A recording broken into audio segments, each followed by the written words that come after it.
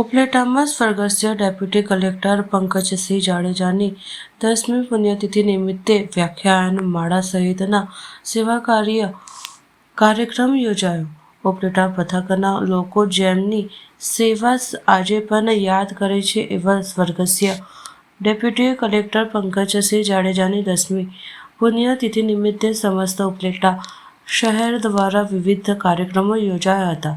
શહેરની વિવિધ સામાજિક સેવાકીય પ્રવૃત્તિ સહિત કરતી સંસ્થાઓ, સમાજો અને આગેવાનો દ્વારા પુણ્યતિથિ નિમિત્તે સિવિલ હોસ્પિટલ, ફ્રૂટ વિતરણ, દિવ્યાંગ અને વૃદ્ધાશ્રમમાં ભોજન, વસ્ત્રદાન અને વ્યાખ્યાન માળા સહિતનું આયોજન કરવામાં આવેલ હતું.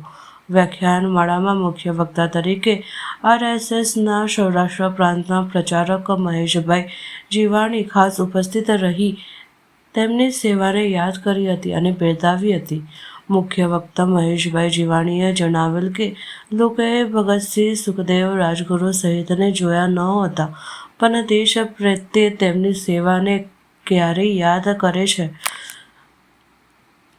તેમ આપણે ઉપલેટામાં પંકજસિંહના વ્યાખ્યાન માળામાં સ્વયંભૂ ઉપસ્થિત લોકો સ્વર્ગસ્થ પંકજસિંહ જાડેજાની સેવાને 10 વર્ષ પછી યાદ કરે છે તે જાડેજા પરિવાર માટે ગૌરવ કહેવાય.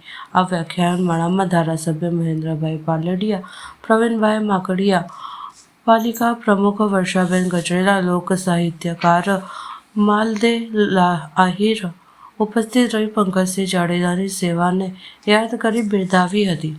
મારા વડીલ બંધુ અને ઉપલેટામાં સતત 7 વર્ષ સુધી ખૂબ સારી સેવા બજાવેલ એવા પંકજસિંહજી જાડેજા અને એમના પરિવારની 10મી વાર્ષિક પુણ્યતિથિએ ઉપલેટા તાલુકાના સર્વ આગેવાનો, સર્વ સંસ્થાઓ દ્વારા પંકજસિંહજી સ્મૃતિ વ્યાખ્યાન માળાનું ભવ્ય આયોજન આજરોજ અહીંયા થયું.